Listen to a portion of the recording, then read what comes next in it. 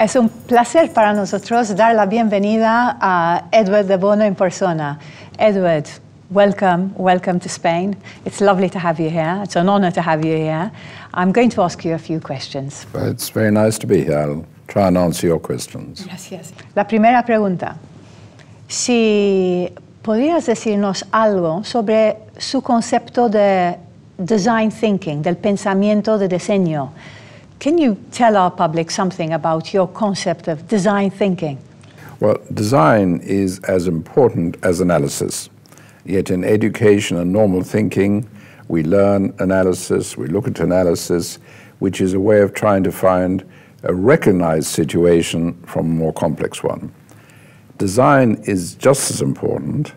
Design is putting together what you have in order to deliver the values you want. So design is not just designing a chair or designing a drinking glass. You might be designing a new law, you might be designing a new car park. Design is a fundamental activity of the brain. It's progressive, it's constructive, it's creative. It's putting together what you have to deliver the values you want.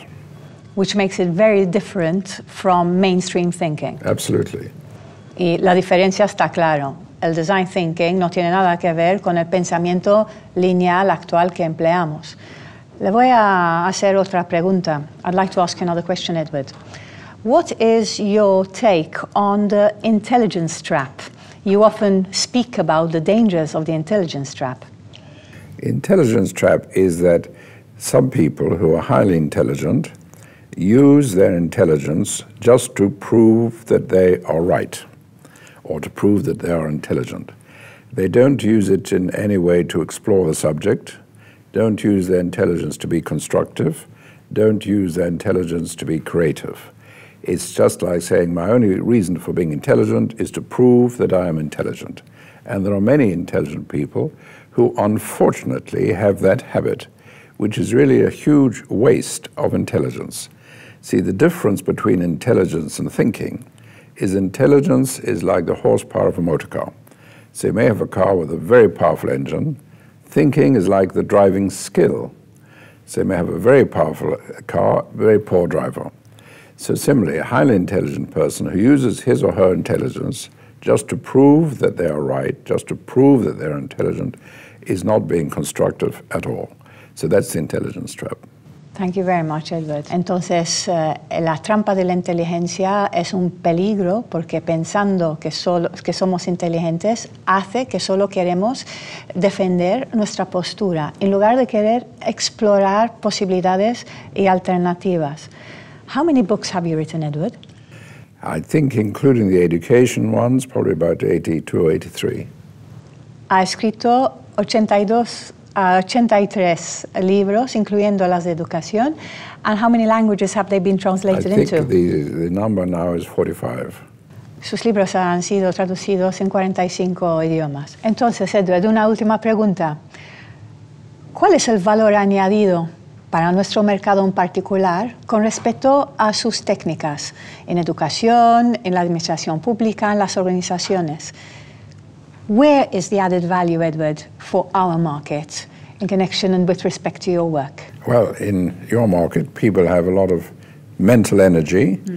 They like thinking about things. They're very creative. And these tools of mine give them a way in which to use those tools to move forward, both in business and private life, maybe even in bullfighting. In other words, just being intelligent and motivated is not enough. You need some ways of moving forward.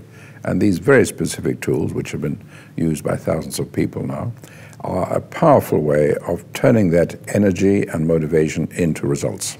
So this can make a difference to their business life and to their personal life? Business life and private life, yes. Okay. Entonces, para concluir, ¿cuál es su experiencia, Edward, del público español-portugués?